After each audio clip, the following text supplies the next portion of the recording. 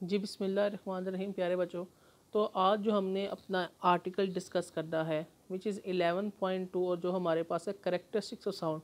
तो बेटा ये जो करेक्टरिस्टिक्स ऑफ साउंड है ये आपकी बुक के इंपॉर्टेंट लॉन्ग क्वेश्चन में से एक इंपॉर्टेंट लॉन्ग क्वेश्चन है, बहुत ही ज़्यादा इंपॉर्टेंट है। तो इसको हम स्टार्ट करते हैं। तो हमारे पास जो साउंड को सबसे पहले जो कैटेगराइजेशन की गई है, तो हमारे पास सबसे पहले क्या है, लाउडनेस।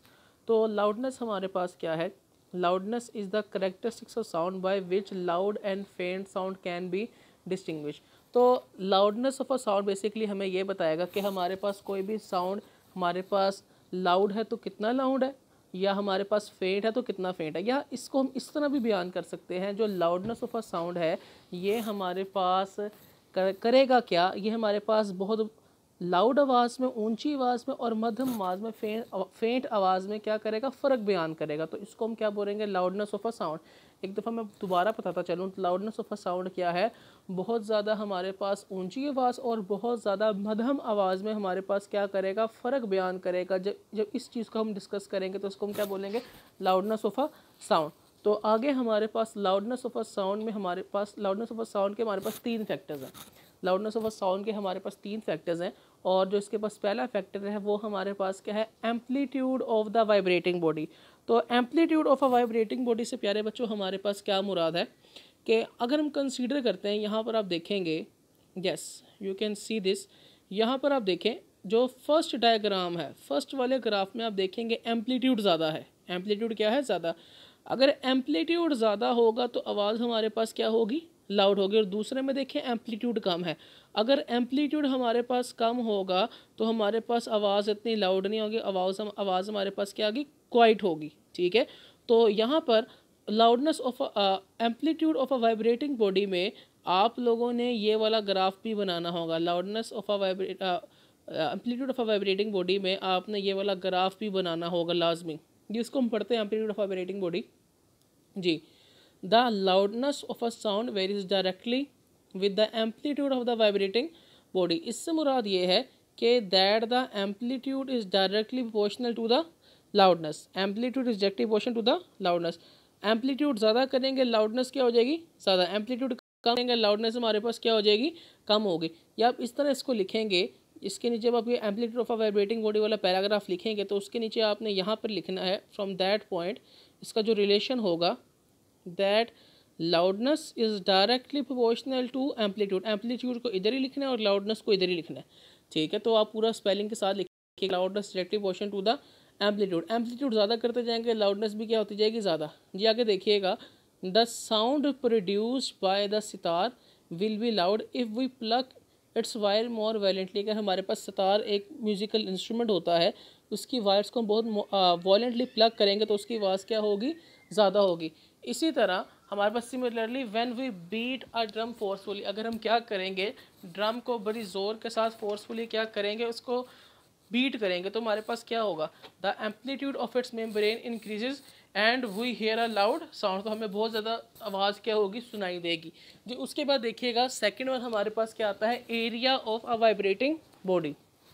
जब area of a vibrating body आप पढ़ लेंगे तो आपने इसके फिर यहाँ पर लिखना होगा, that loudness is directly proportional to area. ठीक है, ये आप कंप्लीट लिखेंगे। इससे मुराद ये है, अगर किसी भी चीज़ का एरिया ज़्यादा होगा तो उसकी लाउडनेस भी क्या होगी, ज़्यादा। और अगर किसी चीज़ का एरिया कम होगा तो उसकी लाउडनेस भी हमारे पास क्या होगी, कम। तो देखते हैं जी, area of a vibrating body, इसको हम डिस्कस करेंगे अभी।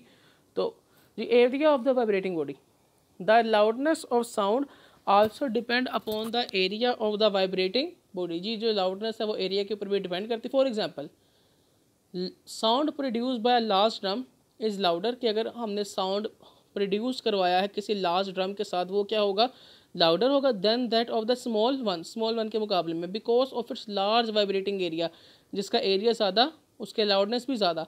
If we strike a tuning fork on a rubber pad a feeble sound will be heard. जी, अगर हम ट्यूनिंग फॉग को रबर पैड के साथ स्ट्राइक करवाते हैं, एक वीकर साउंड हमें क्या होगा, वहाँ पे सुनाई देगा। But if the vibrating tuning fork is placed vertically on the surface of the bench, ठीक है, we will hear a loud sound। तो जी अगर वो इस तरह बात करता है, अगर हम ट्यूनिंग फोक को किसके साथ लगाएं, किसी बेंच के साथ लगाएं, तो उस बेंच से बहुत ज़्यादा हमें आवाज़ आएगी। लेकिन आप लोगों ने जो एग्जांपल करनी है वो आपको मैं बता देता हूँ, ये वाली एग्जांपल ना करें, आप लोग यहाँ से लेकर यहाँ तक एग्जांपल कर ले, ठीक है। आप उसका फैक्टर बता देंगे, ये फैक्टर के बाद ये वाली एग्जांपल, और वो नीचे आपने लिख देना है that loud is directly proportional to the area, ठीक है। ये आप इस तरह करेंगे जी। नेक्स्ट देखिएगा, नेक्स्ट हमारे पास क्या है, distance from the vibrating body. अब distance of the vibrating body से हमारे पास क्या मुराद है, अब इसमें हमारे पास होगा loudness is inversely proportional to the distance, ये inversely proportional to the distance, इसमें आप पूरा लिखेंगे जी। अगर डिस्टेंस ज़्यादा करेंगे तो लाउडनेस कम हो जाएगी, ठीक है। अगर आपका कोई दोस्त है और वो आपसे दूर जाता जा रहा है, डिस्टेंस ज़्यादा होगा तो उसकी आवाज़ क्या होती जाएगी, कम होती जाएगी, लाउडनेस क्या होती जाएगी, कम होती जाएगी। तो अगर डिस्टेंस को कम करेंगे, ठीक है, अगर आप दूसरे के करीब आ गए हैं तो आवाज़ क्या आएगी, ज़्यादा आएगी, ठीक है, इन्वर्सली प्रोपोर्शनल है। तो अब देखते हैं कि loudness of sound also depend upon the distance of the vibrating body from the listener. It is caused by the decrease in amplitude due to increase in the distance. ये MCQs के तौर पे आ सकता है जी आगे देखिएगा। अब नीचे एक और MCQs आएगा, loudness also depend upon the physical condition of the year of the listener. अब इससे ये भी मुराद है किसी के कान ही ख़राब हों, तो हमारे पास यहाँ पर क्या, जिसके कान ख़राब हों, अगर उसके बहुत करीब भी होंगे फिर भी उसको आवाज़ सुनाई देगी, तो उसकी कंडीशन वो बता रहा है, ठीक है। A sound appears louder to a person with sensitive ear than to a person with defective ear, ठीक है। वो हम आगे भी डिस्कस करेंगे, या आपने करना है यहाँ तक, डिफेक्टिव ईयर तक, ठीक है, यहाँ तक आप इसको तैयार करेंगे। तो ये हमारे पास इसका पहला पोर्शन था। हमारे पास जो सबसे पहले जो चीज़ आई थी वो हमारे पास क्या था, लाउडनेस। कैरेक्टरिस्टिक ऑफ साउंड के वैसे 3 फैक्टर्स हैं, ठीक है। एक amplitude of a vibrating body, दूसरा area of the vibrating body, और तीसरा हमारे पास क्या है, distance from the vibrating body. ये इसके हमारे पास 3 फैक्टर हैं, और ये इसकी फर्स्ट टाइप थी विच इज़ लाउडनेस 1। लाउडनेस 1 के 3 फैक्टर हैं, एम्पलीट्यूड, एरिया, और तीसरा हमारे पास क्या है, डिस्टेंस जी। और नेक्स्ट अब हमने साउंड को डिस्कस करना है, वो हमारे पास है पिच ऑफ अ साउंड जी। पिच क्या हमारे पास होता है, pitch is the characteristics of sound by which we distinguish between a shrill and a grave sound जी। पिच ऑफ अ साउंड में हम किसको डिस्टिंग्विश करेंगे, या तो आवाज़ हमारे पास बहुत ज़्यादा बारीक होगी, या तो आवाज़ हमारे पास क्या होगी, बहुत ज़्यादा भारी होगी। बारीक और भारी आवाज़ में जब हम फ़र्क बयान करेंगे तो इस चीज़ को हम क्या बोलेंगे, which is called the pitch of a sound. आगे देखिएगा, ये आपने फिर यहाँ डिपेंडेंस की हेडिंग देते नहीं है, इट डिपेंड, यहाँ आप हेडिंग देंगे डिपेंडेंस की। फिर नीचे देखते हैं कि it depend upon the frequency, तो ये किसके ऊपर डिपेंड करती है, फ्रिक्वेंसी के ऊपर।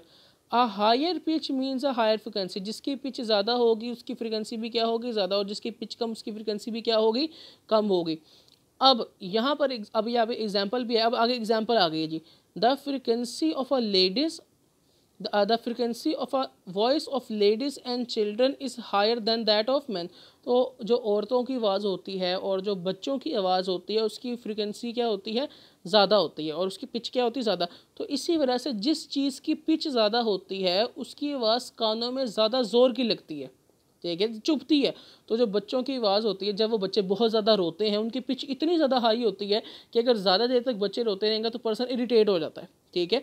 तो ये आपने बात याद रखी। इसी तरह औरतों की भी आवाज़ है, ज़्यादातर अगर औरतें बोलती हैं तो उनसे बंदा इरिटेट हो जाता है जी। आगे देखिएगा, therefore the voice of ladies and children is shrill, उनकी आवाज़ बहुत बारीक होती है और उनकी पिच हमारे पास क्या होती है, हाई। तो मेरे प्यारे बच्चों ये याद रखना आपने। और उसके बाद तो यहाँ तक the relationship between frequency and pitch is illustrated. तो बेटा जी इसकी आपने ये वाला ग्राफ बनाना होगा लाजमी। देखें ज़रा, लो पिच है और लो फ्रीक्वेंसी है। देखो नंबर ऑफ वेव्स कम है, नंबर ऑफ वेव्स कम से मुराद क्या है कि फ्रीक्वेंसी लो है, ठीक है।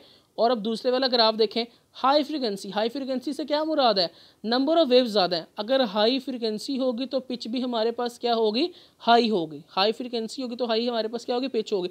आपने यहाँ करना क्या होगा, ये वही लॉन्ग एक चलता जा रहा है, और आपने फिर पिच की क्या करेंगे, डेफिनेशन। अगर शॉर्ट के लिए, अगर ऐसा शॉर्ट के लिए तैयार करेंगे, उसकी डेफिनेशन, उसकी एग्जाम्पल, डिपेंडेंस रहने दें, उसकी एग्जाम्पल करेंगे और उसका ग्राफ। 3 चीज़ें हैं, डेफिनेशन, एग्जाम्पल और हमारे पास क्या है, ग्राफ। ये 3 चीज़ें। और अगर लॉन्ग के लिए है तो वो तो फिर आप सारे तैयार करेंगे, ठीक है। और यहाँ पर आपको एक चीज़ करवानी थी जो कि हमारे पास क्या है, which is this, some people use silent whistle to call dogs whose frequency lies between 20,000 hertz to 25,000 hertz. It is silent for human, ये इंसानों के लिए तो silent होगी, but not for dogs because the audible frequency range for dog is much higher.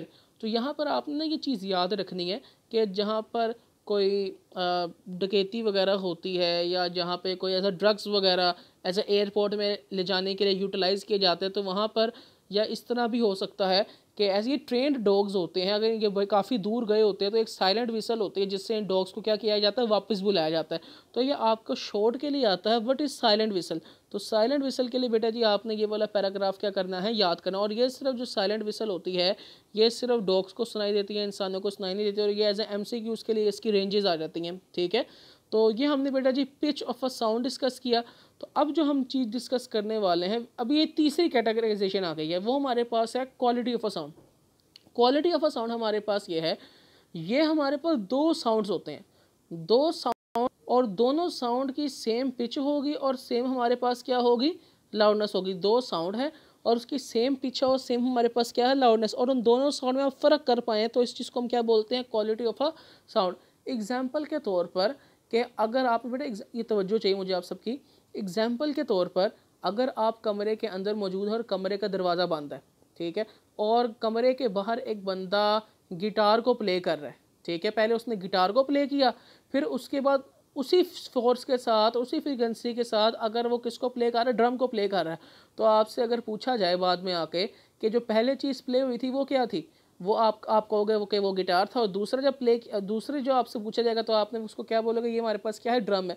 तो आपने उस चीज़ को देखे बिना ही आपने उस चीज़ को क्या किया, सेंस किया। उन दोनों की लाउडनेस भी सेम थी, उन दोनों इंस्ट्रूमेंट की दोनों की पिच भी क्या थी, सेम थी, लेकिन फिर भी आप उन दोनों आवाज़ में क्या कर पाए, फ़र्क कर पाए। तो प्यारे बच्चों इस चीज़ को हम क्या बोलेंगे, which is called the quality of a sound. ठीक है, ये हमारे पास क्या क्वालिटी ऑफ अ साउंड, जिसमें हम दो साउंड में फ़र्क बयान करेंगे, जिनके लाउडनेस भी सेम होगी, जिनकी पिच भी हमारे पास क्या होगी, सेम होगी। अब एग्जाम्पल के तौर पर देखिएगा, while standing outside a room, ये एग्जाम्पल शुरू है, we can distinguish between the notes of a piano and a flute, हम नोट्स किसी भी पियानो के और फ्लूट के नोट्स को हम पहचान सकते हैं। Being played inside the room, it is due to the difference of quality of this notes, ये डिफरेंस है क्वालिटी नोट्स की।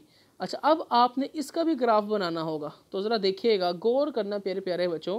तो पहला ग्राफ देखें जी, ट्यूनिंग फोक का बड़ा खूबसूरत सा ग्राफ है। उसके बाद फ्लूट का आप ग्राफ देख सकते हैं, थोड़ा सा ऊपर से टिल्ड हो रहा है, ठीक है, ठीक है, इस तरह करके।